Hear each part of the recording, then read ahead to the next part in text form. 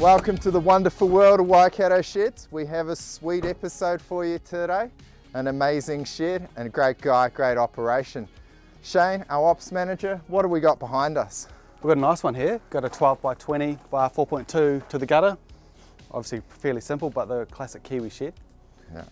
Yeah, it looks awesome. Nice 3 big roller doors. We're going to go through that, but first off, let's meet the man that we've built this shed for, Jono. So, Jono. Hey Jason. Hey mate, good mate. to meet Sean. you. All right, now what are you going to be using the shed for, mate? Oh, it's just a great business shed, lifestyle shed, man cave, bit of everything. Get some of this stuff out of the weather. Yeah. Nice, obviously you're running beekeeping here. How many hives do you have? So we got 500 hives, Jeez. all scattered around the Waikato.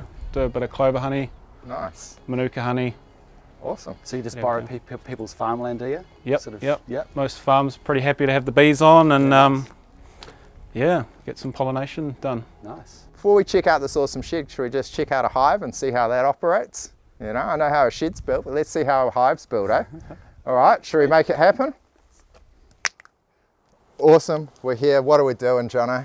So right, this is our little breeder yard. So we got a few hives here that are rare queen cells out of, and this one here's got some queens ready to be harvested, go out in some beehives. So I'm gonna haul them out now.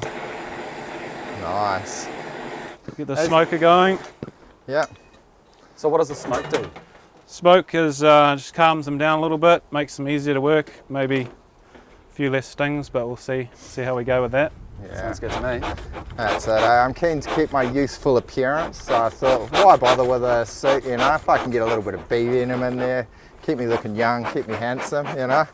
I know that's what everybody's watching at home hoping for, so we'll see what I'm told. Jason, give that a puff, get that cranking.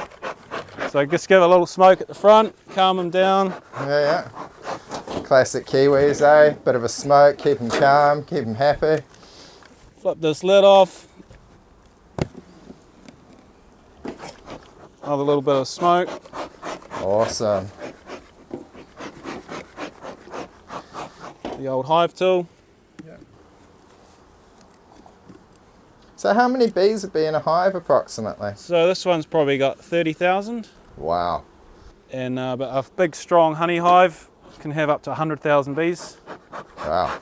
and produce upwards of 50 kilos of honey. Jeez. And there's one queen in there. So that's one queen, yeah, she'll lay her own body weight in eggs per day. Wow. Up to 3,000 eggs per day. So it's a lot of children.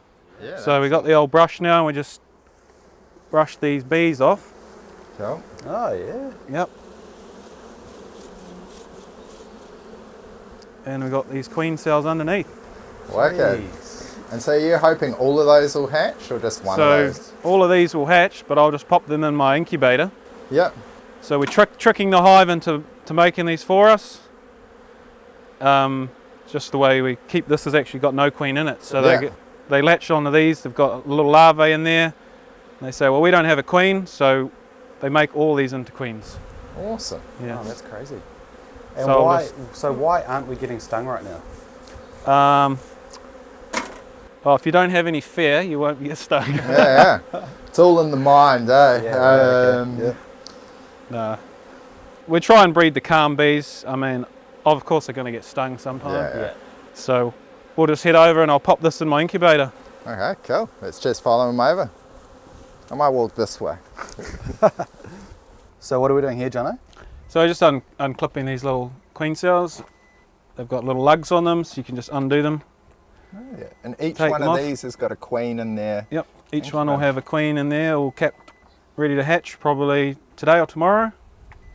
And so were you introduce a new queen to the hive each year, or is it every couple of years? Yeah, generally we try and get a new queen going in each hive each season, because the young queen does more honey, more production, Nice. healthier hive.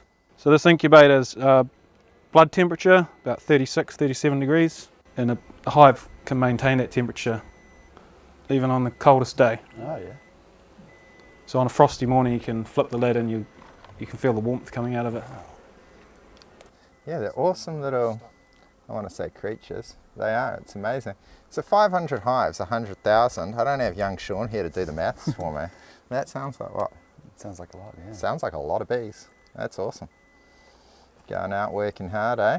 So it's not just us working hard out there in the Waikato, you got the bees working hard too. So shout out to all the bees out there and the queens. Awesome. We're inside the shed here. And it is phenomenal. As we said earlier, 12 metres deep, 20 metres wide, so 240 squares and 4.2 metres to the knee. Now, when you were getting this shed design out, Jono, was that just the size that came to you? Was it specific for the site? Like, how did you pick that? A bit of both. I just wanted to be able to get, you know, basically almost 2 vehicles in there. Yeah. With some room to spare, and probably can put a workshop bench down one side or that side, still haven't figured that out. Yeah. And just the extra height, get the forklift so I can get some good storage in here. Yeah, awesome. Yeah, we find that 12 metre length is perfect, you know, you'll be able to get 2 utes or things. Obviously you got this big truck in here, so this is used for carting beehives around? Yep, this is our go-to for honey, carting hives around the country. Awesome. Yep. All right, Shane, talk me through this shed. Obviously you've marked it up and been in charge of getting this one built. What really makes a Waikato shed, you know, and there's a lot of sheds and you can look at them and think, what's the difference? But what's going on here to give us the quality that we love? Yeah, sometimes it is hard to tell the difference when you look at a shed. To the untrained eye, they all look the same, but there are some subtle differences that sort of make a big difference. If we walk over to these portals, one of the big things that can vary from brand to brand is how these girts and purlins connect with these portals. Some just run up and they just butt into each side of the portal.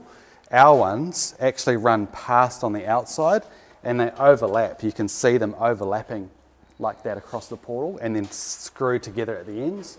And that actually forms like a really strong connection, whereas the ones that are butting up don't offer quite as much strength. So that's quite an important detail. And if you're out there and you're sort of comparing brands and wondering what the differences are, that could be quite a key difference. So it's always good to get an understanding about exactly what each brand offers. Yeah. Another one of the key little points is everything's bolted together up here. So a lot of them is going to be tech screwed together. This is in a high wind zone up here on the hillside. So as well, any movement, well, virtually is no movement. I mean, you can get in here. That's it. You can't move this shed, you know. So there's a real level of strength. This is designed to last at least 50 years. So I think it's done, you know, the guy's done a great job. Bradley Roofing, the guys behind this, so they've done a great job in building this shed for us. As we always say, New Zealand steel all throughout it, New Zealand made. We've just seen 5 million, well, little 5 million bees out there working hard, but also the New Zealand steel mill, Metalcraft Roofing. They've worked hard to give us corrugate cladding on the roof, T-rib cladding on the walls on the outside, and then we've also got, all clad in that Colorsteel, which we love. We've also got this paper in the walls, which I think they've done a really good job on here as well.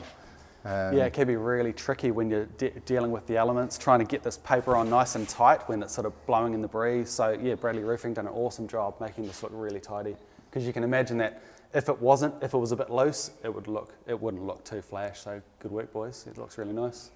Yeah, excellent. One of the things we'll just jump over quickly, and I wanted to just show the difference between, we see a lot of roller doors on our shed, so these ones are Series 2. So let me just come over here and I'll just show you what's going on.